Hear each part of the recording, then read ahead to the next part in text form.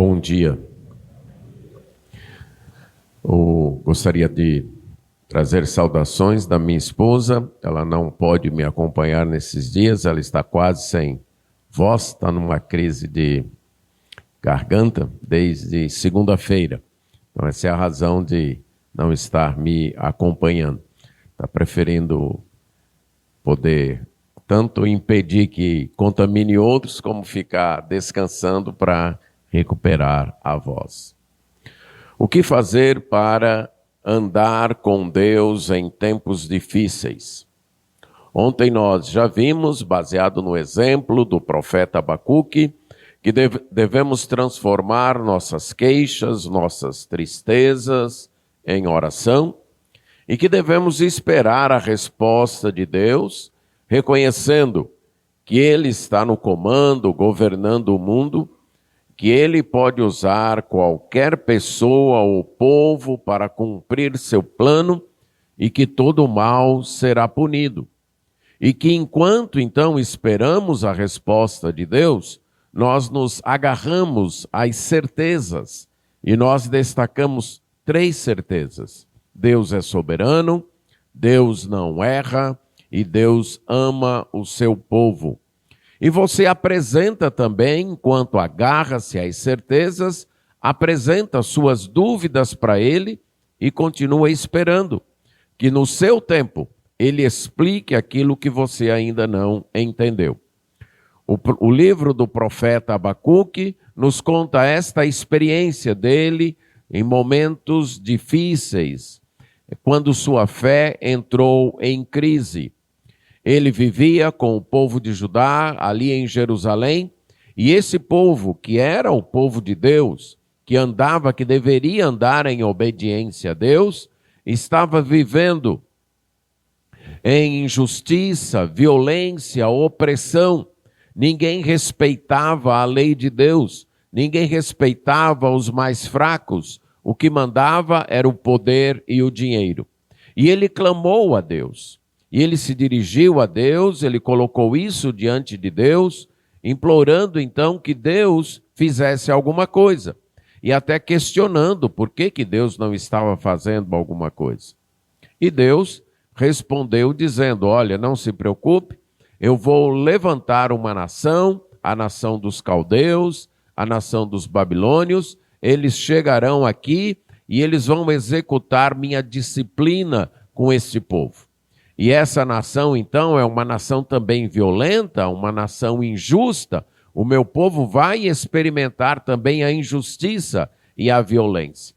Esta resposta, em vez de acalmar o coração do profeta, o torna ainda mais agitado.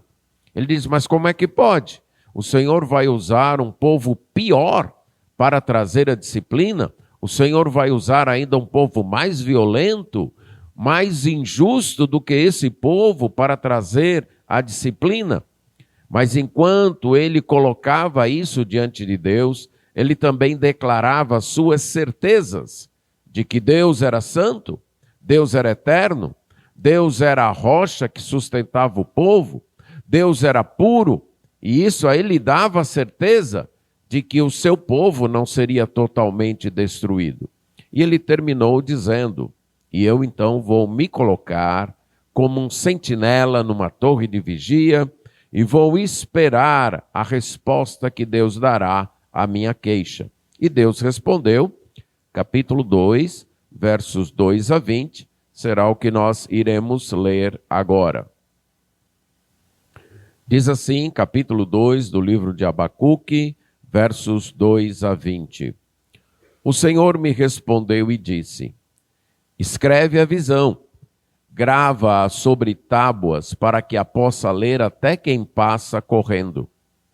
Porque a visão ainda está para cumprir-se no tempo determinado, mas se apressa para o fim e não falhará.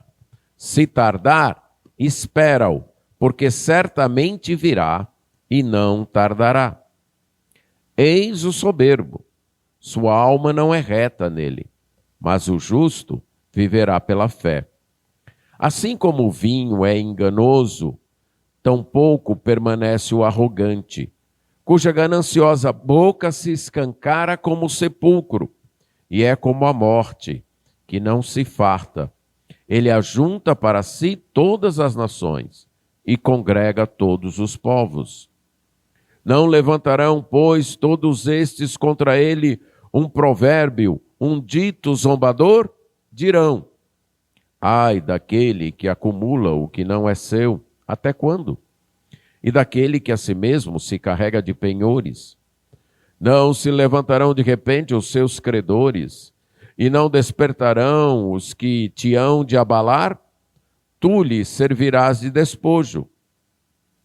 Visto como despojaste a muitas nações, todos os mais povos te despojarão a ti, por causa do sangue dos homens e da violência contra a terra, contra a cidade e contra todos os seus moradores.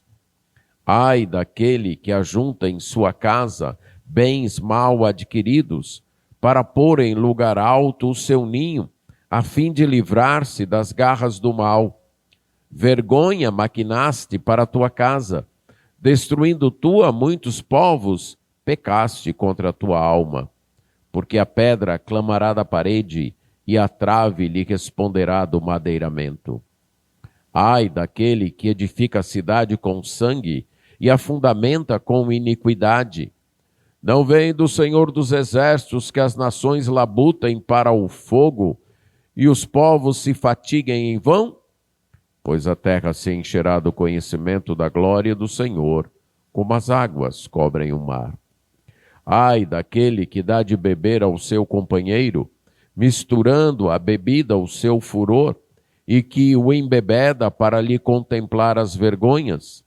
Serás farto de opróbrio em vez de honra.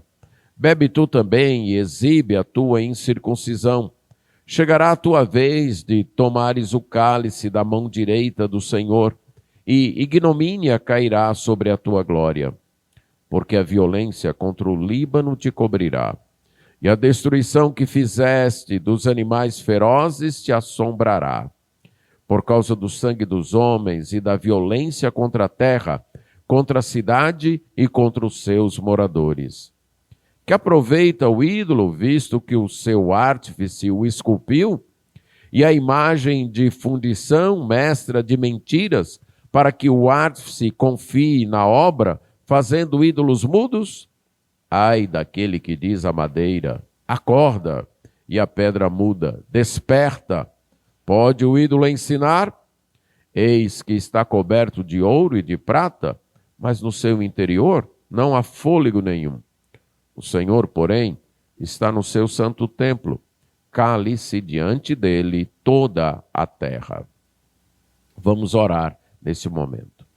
Senhor, nós clamamos tua graça, porque em nós não há capacidade, nem disposição para o entendimento, o amor e a obediência à tua palavra. Carecemos da ação do teu Espírito Santo para produzir isto em nós. Pedimos em nome de Jesus. Amém. Para andar com Deus em tempos difíceis, é preciso confiar que o Deus soberano julgará todo o mal no tempo apropriado. E até que este julgamento ocorra, perseverar em fé. Para andar com Deus, então, em tempos difíceis, é necessário você confiar que Deus vai, sim, julgar todo o mal no tempo apropriado. E até que isso aconteça, você deve permanecer confiando, permanecer, perseverar em fé. Deus então responde ao profeta e ele mesmo diz: o Senhor me respondeu e o Senhor me disse: escreve a visão, grava sobre tábuas, para que a possa ler até quem passa correndo. É como se Deus dissesse para Abacuque: você pode ter certeza que vai acontecer o que eu estou dizendo. Por isso escreve. Escreve o que eu vou te dizer. Escreve a visão que eu vou te mostrar. Escreve a revelação que eu estou te trazendo.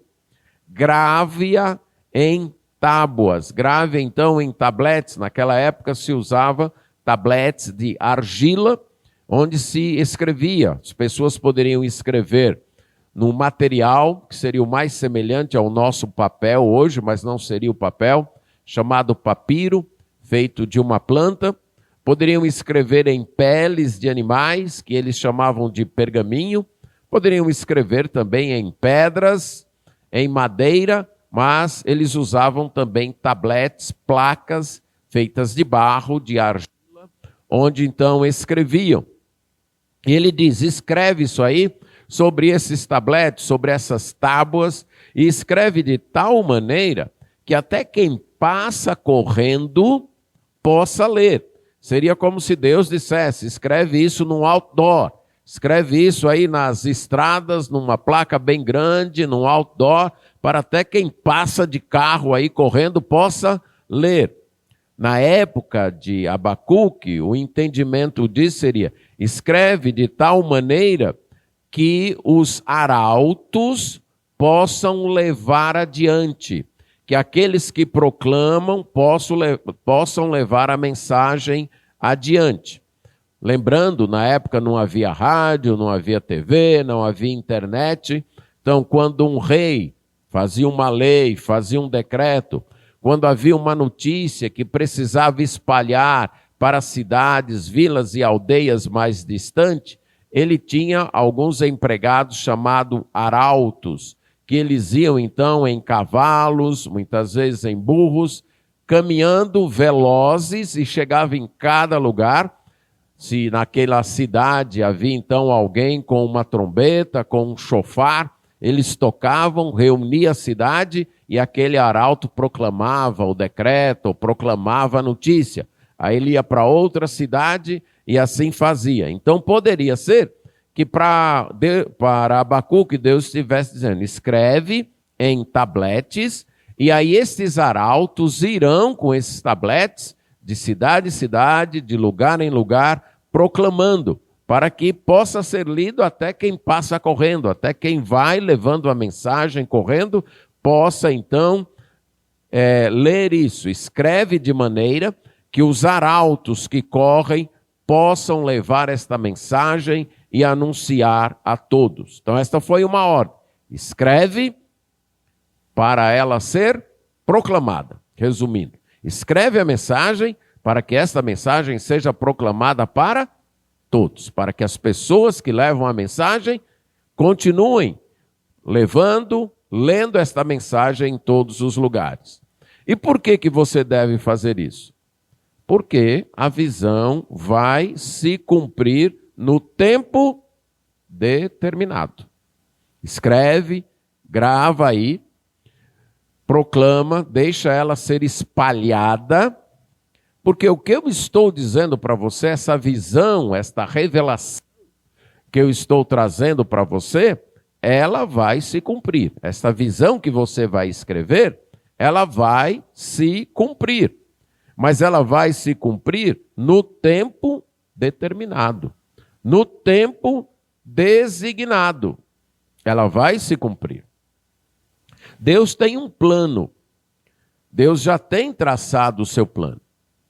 E ele segue este plano que ele mesmo traçou. Um plano sábio, um plano amoroso, um plano eterno. Por isso que ele diz, vai se cumprir no tempo determinado. Se apressa para o fim e não falhará. Vai se cumprir. As coisas estão caminhando para se cumprir. Elas estão correndo para o cumprimento. Ela não vai falhar. Deus repete isso aqui, ela não vai falhar. A visão vai se cumprir no tempo determinado. Ela caminha, ela se apressa como algo que está caminhando para um ponto, para um fim. Como alguém que está em viagem em direção a um lugar. Está caminhando e vai chegar. Não vai falhar. Se tardar, se na tua visão demorar, espera. Porque certamente virá, não tardará. Pode ser que para nós isso demore. Pode ser que para nós o tempo de Deus está demorando. Mas para Deus, não. Ela vai se cumprir. Ela será executada. Note a ênfase que é dada nesses versos, nesse verso 3, no fato de que o plano de Deus vai se cumprir. A visão está para se cumprir no tempo determinado. Ela caminha para isso, ela vai para isso. Ela não falhará. Pode ser que da sua perspectiva, ou da perspectiva humana, ela demore, mas continue esperando, porque certamente virá. Não tardará. 6 vezes, com palavras diferentes, é enfatizado o fato de que Deus cumpre a sua palavra. Deus cumpre a sua palavra. Em relação a Abacuque, levou 60 anos para que isso aqui acontecesse. Provavelmente Abacuque não viu o cumprimento se realizando, mas ele cumpriu, ele escreveu. As pessoas proclamaram. 60 anos depois, os babilônios chegaram, invadiram Jerusalém, destruíram o templo, se apossaram da terra, levaram os habitantes de Jerusalém e da Judéia cativos. Tudo aquilo que foi dito no versículo 1, versos 5 a 11, ocorreu. Vieram, se apossaram do que não era seu, tomaram os vasos do templo, tomaram do melhor da terra, tomaram as pessoas como se fossem pescadores em rede de arrastão, exatamente como apareceu, e levaram embora. Para alguns, 60 anos é muito tempo, certo? Mas você já deve ter percebido que a perspectiva de tempo é muito relativa. Se você tem um filho aí de 4, 5 anos, e ele pede alguma coisa, e você diz, a semana que vem eu dou. Puxa vida, a semana que vem vai demorar demais, né? Na perspectiva daquela criança, semana que vem é uma coisa longe demais. Ela não tem, ela viveu pouco demais. Se você disser daqui 1 ano, então, você matou a criança, né? Daqui um ano. Agora, para alguns de nós que já passamos dos 50, uma semana, não é isso? É ligeiro demais, não é assim? Na semana que... E dependendo do que for, se for uma tarefa para entregar, aí é que passa ligeiro mesmo, uma semana, né? Se for algo para receber, nem tanto, mas se for uma tarefa, leva... Então você percebe que o tempo depende da perspectiva de quem está vivendo. Agora, qual é a perspectiva de Deus? Eternidade. O que é 60 anos para quem é eterno? Outros textos da Bíblia diz que para ele 1000 anos é como se fosse um dia. Então 60, poucos segundos. Então pode ser que demore. E pode ser que para alguns, rapaz, essa injustiça está aqui, essas coisas estão acontecendo, essa violência, e ainda vai levar 60 anos para Deus trazer o julgamento para esse povo. Eu nem vou estar mais vivo. Sim, mas o plano de Deus está se cumprindo. O plano de Deus está se realizando. Espere. Vai se cumprir. Isso aqui então traz confiança, mas também temor. Deus vai punir o mal. Então eu devo me arrepender e mudar de vida enquanto é tempo, porque ele vai punir. Muitas vezes a gente fica, né, achando que Deus é como aquele pai ou aquela mãe que diz, no dia que eu te pegar, no dia que eu te pegar, só que esse dia nunca chega. Só que não. Deus diz, um dia eu vou te pegar. E ele diz, e com certeza eu vou te pegar. Então você muda de vida agora, ou esse dia vai chegar, eu vou te pegar. Eu vou pegar o mal. Eu vou pegar os que praticam o mal. Eu já determinei isso. Agora eu tenho o meu tempo. Eu não me deixo levar pela pressão dos homens. Eu não me deixo levar pela pressão das pessoas. Eu tenho o meu tempo. E o meu tempo com certeza vai chegar. E por isso isso deve ser proclamado. Isso deve ser anunciado. Como foi dito aqui, nós temos que proclamar esta mensagem. A mensagem de que Deus vai julgar este mundo. As coisas não vão permanecer como estão. Não, Deus tem o tempo determinado, quando Ele vai trazer o seu juízo. A Bíblia fala do dia do Senhor, quando Deus visitará este mundo para colocar a casa em ordem, para punir o mal, recompensar o bem e instalar o seu reino neste mundo. Com certeza isto vai acontecer. E nós temos que proclamar, nós temos que anunciar, nós temos que enviar os arautos de Deus para proclamarem esta mensagem, porque vai sim acontecer. É necessário que as pessoas se arrependam enquanto é tempo, porque o juízo de Deus virá. Tenha esta certeza de que Deus vai cumprir o seu plano e trazer o juízo. Mas viva do modo correto, viva com fé enquanto espera. Nos versos 4 e 5, nós temos aqui a descrição de dois modos de vida. Primeiro, do soberbo. Eis o soberbo. Esta expressão, que muitas vezes é traduzida em nossas versões como eis, é um recurso retórico que os autores da Bíblia utilizavam para fazer com que os leitores visualizassem, imaginassem. Então seria equivalente a vejam, olhem, vejam o soberbo, olhem para o soberbo, imaginem aí em sua mente o soberbo. Sua alma não é reta nele.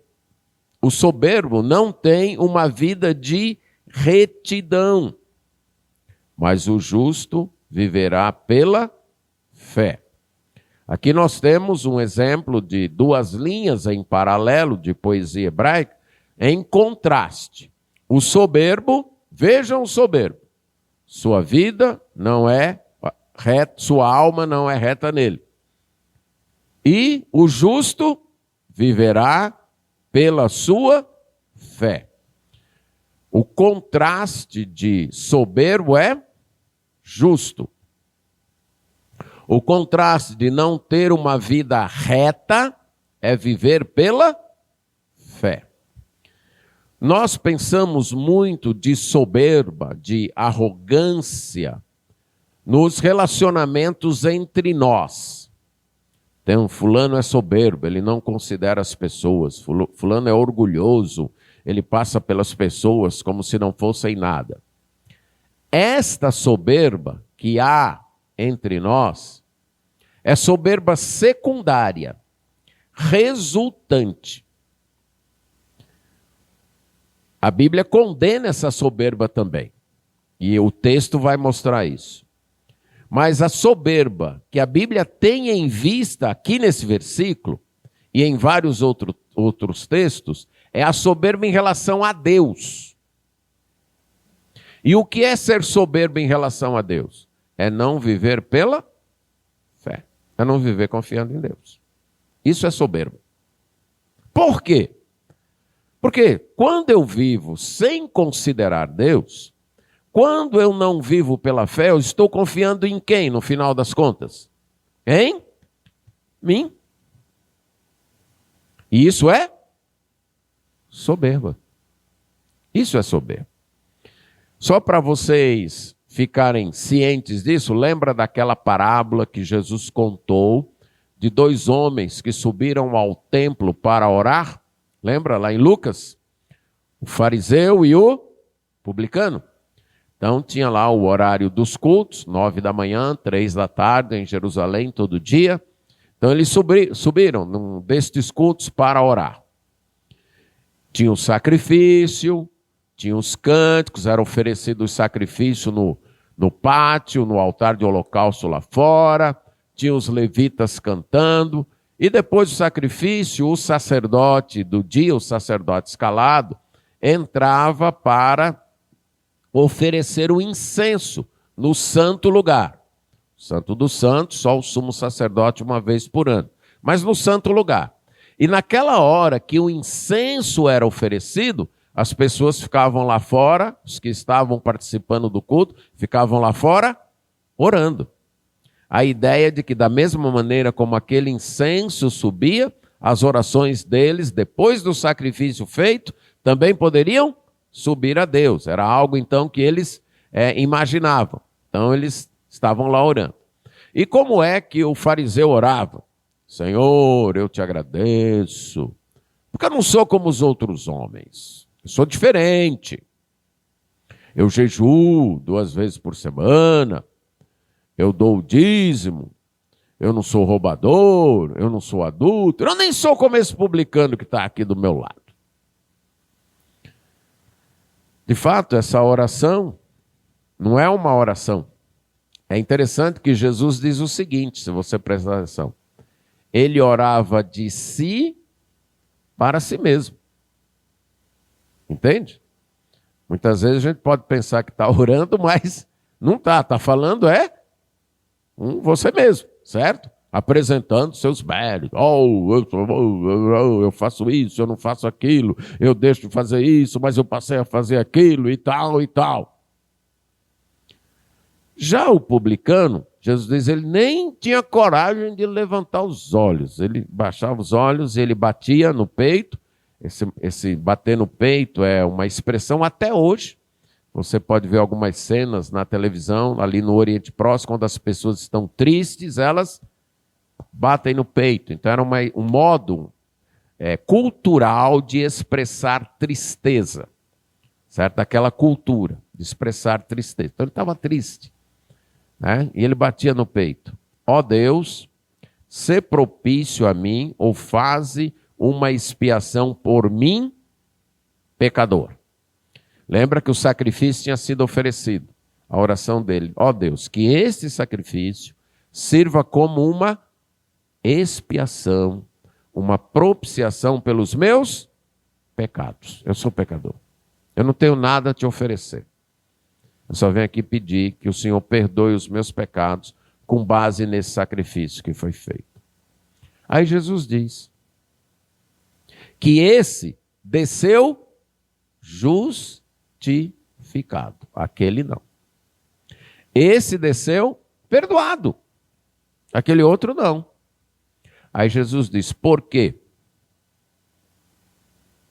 Porque os exaltados serão humilhados e os humilhados exaltados. Jesus coloca orgulho aqui. Apresentar-se diante de Deus, confiando nos nossos méritos, confiando no que faz ou no que deixa de fazer, é soberba. Essa é a soberba que a Bíblia mais acusa.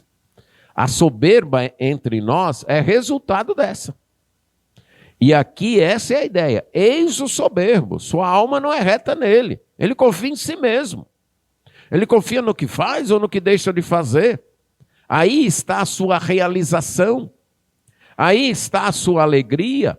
Aí está a sua confiança. Eu faço isso, eu deixo de fazer aquilo. Eu não ajo assim, eu não ajo desse jeito.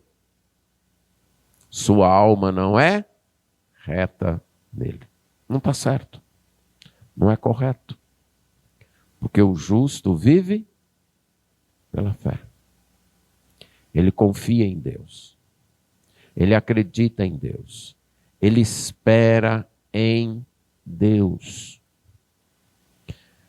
Este texto será citado 3 vezes no Novo Testamento, esta expressão, o justo viverá pela fé. 2 vezes em Romanos e Gálatas, para afirmar a doutrina para embasar a doutrina da justificação pela fé. Quem é o perdoado por Deus? Quem é o aceito por Deus? Não é aquele que chega diante de Deus dizendo, olha Deus, o Senhor sabe, eu parei de fazer aquelas coisas erradas, agora eu estou fazendo as coisas certas, o Senhor sabe que eu me dedico muito, que eu sou muito esforçado, o Senhor sabe disso, não sabe? Então, o Senhor deve me aceitar, me perdoar. Aí Deus diz o quê? Isso é soberba. Isso é orgulho. Você não está enxergando um grande pecado aí. Você está confiando em você mesmo. E eu não salvo quem confia em si mesmo. O jeito certo é chegar, olha, Deus, eu nada tenho para te oferecer. Eu sou um pecador. O que eu mereço mesmo é o inferno, porque eu peco.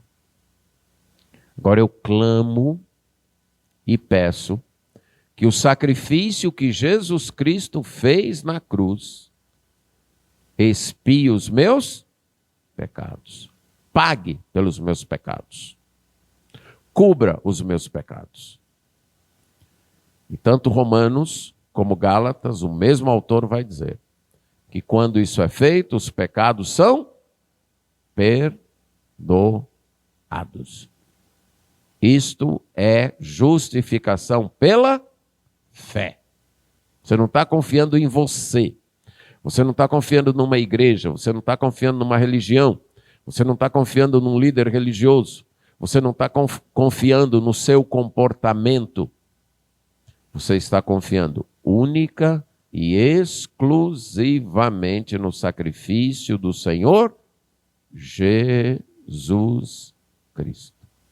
Isso aqui é o centro do Evangelho. Você pode saber tudo de Bíblia. Se não entendeu isso, você não entendeu o principal. Isso aqui é o principal. Isso aqui é onde a gente se agarra. Vivemos pela fé no sacrifício do Senhor Jesus Cristo. Somos aceitos por Deus por causa do sacrifício do Senhor Jesus Cristo.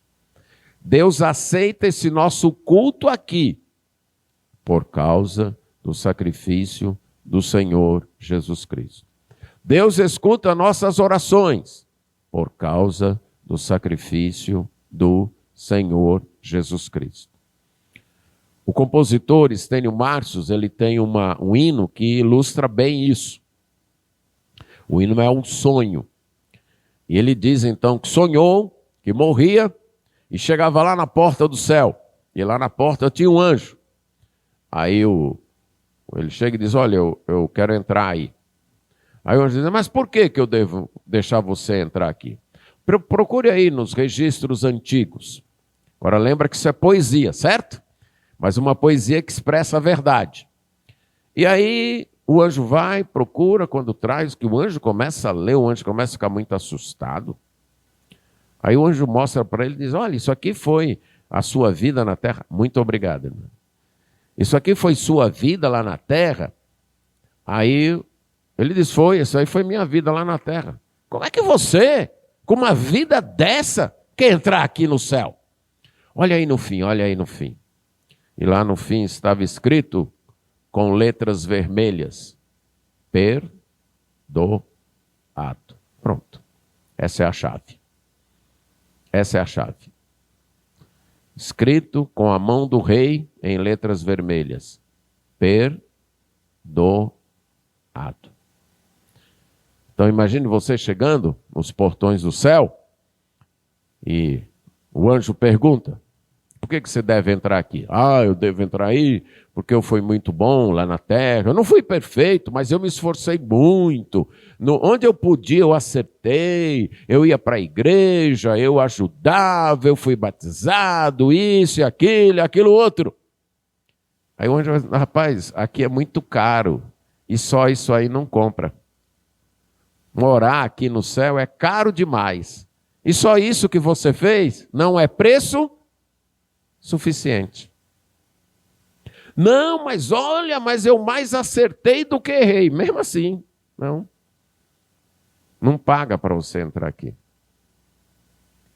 A resposta é, eu não mereço estar aí. Mas o meu rei morreu e pagou. Por isso eu posso entrar aí. Essa é a resposta. Não é confiança em você.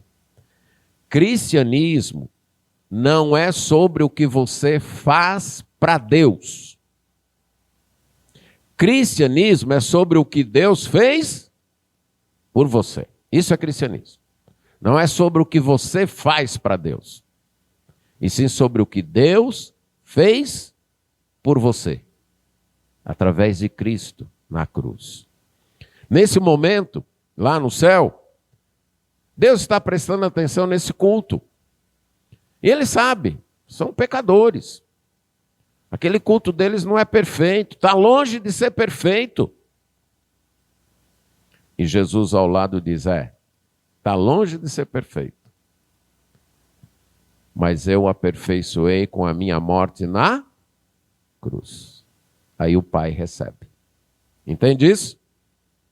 O Pai recebe por causa do sacrifício de Cristo. Não por causa do nosso empenho, não por causa do nosso esforço, não por causa do nosso capricho, mas por causa da morte do Senhor Jesus Cristo. Sempre que for orar, lembre disso. Não é o seu esforço, não é o seu empenho, não é o seu comportamento. É a morte de Cristo na cruz, ressuscitou, está à direita de Deus intercedendo por nós, dizendo, olha, aquele ali que está orando, eu morri por ele, eu paguei os pecados dele. E aí a oração vai a Deus. Isso é viver pela fé. A terceira vez que o texto aparece é em Hebreus, e o contexto é de perseverança. Fé é algo que você inicia e permanece. Fé que desiste, deixou de ser fé. Concorda comigo? Eu confio que esse púlpito aguenta aqui a Bíblia e o celular que eu estou usando com as anotações. Eu confio, aí eu boto. E se em algum momento eu deixar de ter fé, o que eu faço? Eu tiro. Quando eu tirei, eu digo, eu vou tirar porque eu acho que não segura não aguenta. O que significa isso? Que eu deixei de ter fé. A fé que eu tinha inicialmente não era uma fé perseverante. Então não era fé salvadora. Fé salvadora inicia confiando e vai até o fim confiando. O justo vive. Não é que ele apenas crê no momento, ele vive. Ele vive pela fé. Ele começa com fé e ele continua com fé. Você pode ter 20, 30 anos de crente. E por que continua? Por causa da graça de Deus. Somente por causa da graça de Deus. Isso é fé. Você continua confiando que o mesmo Deus que te salvou está ainda cuidando de você, guardando você nos caminhos dele. Mas o soberbo não. E aí ele continua dizendo, o vinho é enganoso. Em que sentido o vinho é enganoso? Eu tenho um tio que era dado ao alcoolismo. Aí um dia ele disse, meu filho, nunca queira ser bêbado. Bêbado é valente, bêbado é rico, bêbado pode tudo. Quer dizer, quando a pessoa está está um pouco tocada pela bebida, ela sai da realidade. Ela imagina o que de fato ela não é verdade? Acha que é rico, acha que é forte, acha que é tudo. Acha até que pode atravessar uma rua e o carro bater e nada acontecer com ele. Então é esse o sentido de que o vinho é enganoso. O vinho engana a pessoa, a bebida engana a pessoa. Tira ela da realidade. Da mesma maneira que o vinho engana, tira a pessoa, tira o senso da pessoa, então, da mesma maneira o arrogante, o soberbo. Então ele acha, isso aqui é para sempre, eu sempre vou ser assim, eu sempre vou poder. Então ele tem uma boca gananciosa, que é uma imagem figurada de alguém com a boca muito grande, que se escancara para poder pegar tudo que pode, como alguém guloso numa mesa que vai lá e se serve de tudo antes que os outros cheguem, quer tudo para ele. Essa é uma figura de linguagem, uma imagem. É como o sepulcro, a segunda, outra imagem que ele coloca, como a morte, que não se farta. Assim é um soberbo. Assim é quem vive confiando em si mesmo. Quem vive confiando em si mesmo, nunca estará 100% seguro. Sempre acha que precisa de algo mais. Eu confio nisso, mas eu estive notando, isso aqui não é suficiente, eu preciso elevar um muro mais um pouco. Rapaz, e já tem gente que pula muro dessa altura, então precisa elevar. Nunca está plenamente confiante. Sempre precisa de mais. Sempre quer mais. Sempre está juntando todas as nações, congregando todos os povos. Por quê? Porque a segurança está nisso. Uma certa pessoa uma vez me disse, olha, eu estou trabalhando, eu vou adquirir essas propriedades. Quando eu adquirir essas propriedades, então, pronto, aí eu já posso parar de trabalhar, porque aí eu vou ter recursos para viver o resto da minha vida. Foi muito interessante, porque quando aquela pessoa adquiriu aquelas propriedades, ela não parou de trabalhar. Aí eu perguntei, sim, mas você não diz? Mas aí eu descobri que isso aqui não é suficiente. Não, agora eu estou fazendo outras propriedades aqui. Quando eu tiver essas outras casas alugadas, aí sim, aí eu vou parar de trabalhar. E eu pensei dentro de mim, vai? Vai não. Está entendendo? Quem confia, não estou dizendo que é errado você se programar. O errado é você ficar confiando nessas coisas. Porque quem confia nisso, nunca vai estar plenamente seguro. Sempre vai querer um pouco mais, um pouco mais, um pouco mais, um pouco mais. E nunca estará satisfeito. Porque só existe algo que nos satisfaz. Deus. Só Ele. Somente Deus. Só Deus. Qualquer outra coisa. Casamento, família, filhos, posses, empregos, concursos, cursos. Você sempre vai querer um pouco mais. Sempre vai querer um pouco mais. Sempre vai querer um pouco mais. Por quê? Porque tudo nesse mundo, tudo é inseguro. Tudo é inseguro. Você está bem num dia, no outro? Não está bem. Você está indo bem com sua família numa semana, na outra parece que passou um vendaval ali e a coisa está por um fio aqui. Não é assim a vida? É assim a vida. Quando não se confia em Deus, é assim a vida. Somente Deus. Então ele diz, você vai ter que fazer uma escolha. Que eu vou julgar o mal, eu vou. Eu vou julgar o mal. Isso é certo. Pode ser que demore, mas até escreva e proclama, porque eu vou.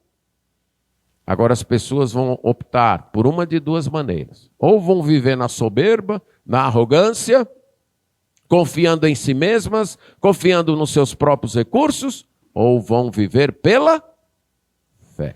Agora o justo, aquele que eu vou perdoar, aquele que eu vou justificar, vive pela fé. É assim que ele vive até o juízo chegar. E a partir daí, nós temos um texto que se configura numa espécie, ou num tipo de linguagem chamada de ais. Você percebeu que aparece aí vários ais.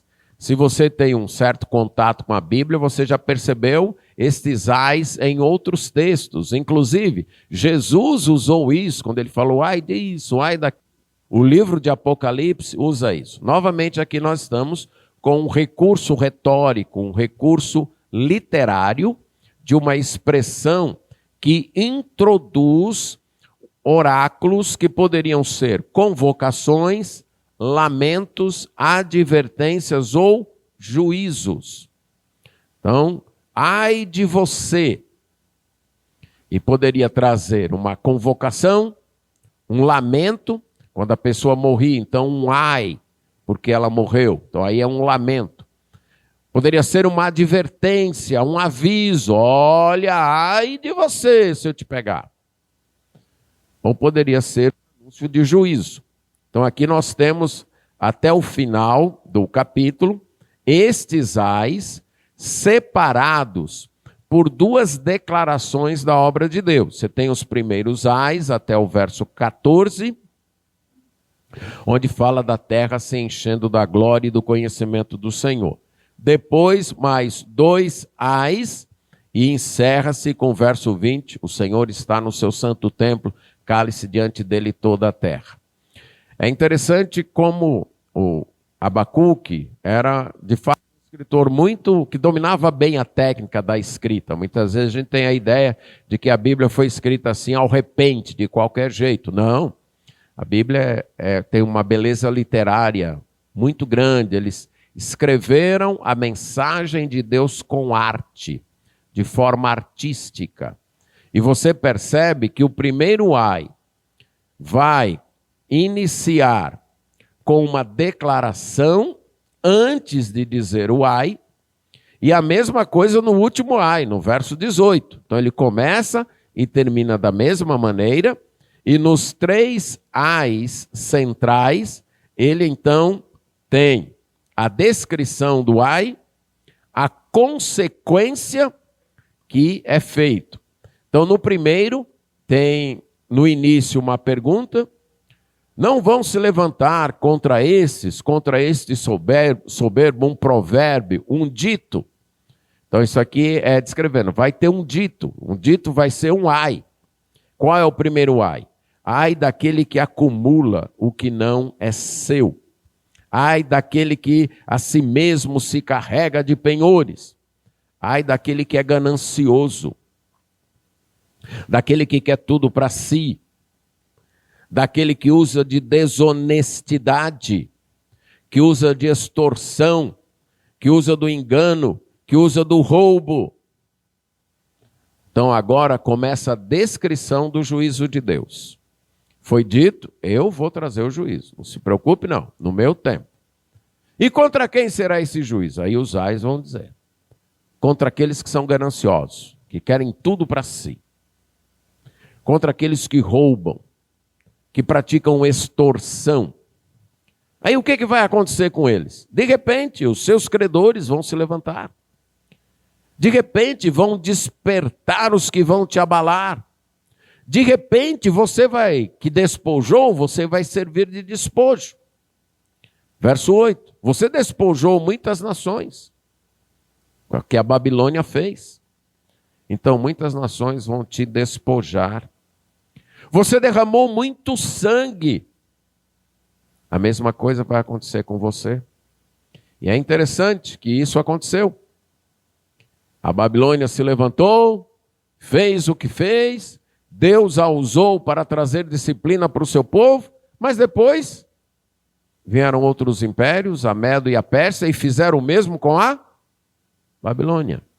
O que se planta, se colhe. Se plantar violência, roubo, extorsão, ganância, é isso que irá colher. O segundo ai. Ai daquele que ajunta em sua casa, bens mal adquiridos. E por que ele faz isso?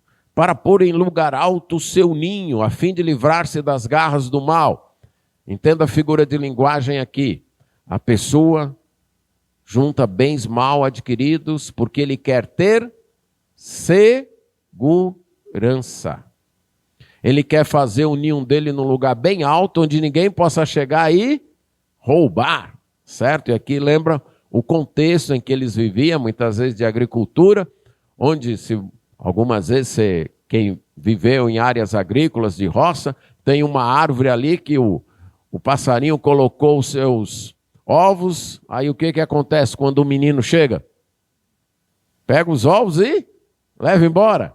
Aí ele está usando essa ilustração. Para impedir que isso aconteça comigo, eu vou fazer a minha casa num lugar bem seguro, num lugar bem alto. Mas eu não tenho recurso. Aí eu roubo. Eu uso de desonestidade para conseguir esses recursos. O que vai acontecer? Você maquinou vergonha e destruiu muitos povos. De fato, você estava pecando contra a sua própria alma. Quando você agiu desonestamente com os outros, você estava pecando contra você mesmo. Aí, no verso 11, tem uma linguagem interessante. Você construiu sua casa, bem construída, mas usando recursos desonestos. A pedra que você construiu sua casa, ela mesma vai te acusar. Ela mesma vai clamar contra você. A madeira que você usou para colocar no telhado, ela mesma vai te acusar. Os seus próprios bens serão os teus acusadores. Aquilo que você adquiriu. O terceiro ai, então, ai daquele que edifica a cidade com sangue e fundamenta com iniquidade. Ai desta pessoa, então, que usa de violência, que conquista, que baseia sua vida em passar por cima dos outros. E aí nós temos a primeira interrupção dos ais, onde Deus diz, não é que vem do Senhor que as nações labutem para o fogo e que os povos se fatiguem em vão? Então eles estão aí conquistando, ajuntando tudo e construindo tudo. Isso vai terminar em quê? No final, o que acontecerão com todos os nossos bens terrenos? Vai acontecer o que com eles? Cinza! Cinza! Não é isso? Cinza! Tudo que a gente construiu, tudo que a gente fez, a gente vai levar com a gente? Não vai. Vai ficar aqui. Então vamos pensar na Babilônia. O que é feito da Babilônia hoje? Nínive. O que é feito de Nínive hoje? As capitais da Medo-Pérsia, o que são feitas dela? Ruínas. Ruínas. Mas a terra se encherá da glória do Senhor como as águas cobrem o mar. Tem algo que vai permanecer para sempre. Tem algo que vai cobrir a terra. A glória do Senhor. O que a gente persegue? Do que a gente corre atrás? De agradar a Deus, de servir a Deus, de viver para a glória de Deus, ou de viver para si mesmo?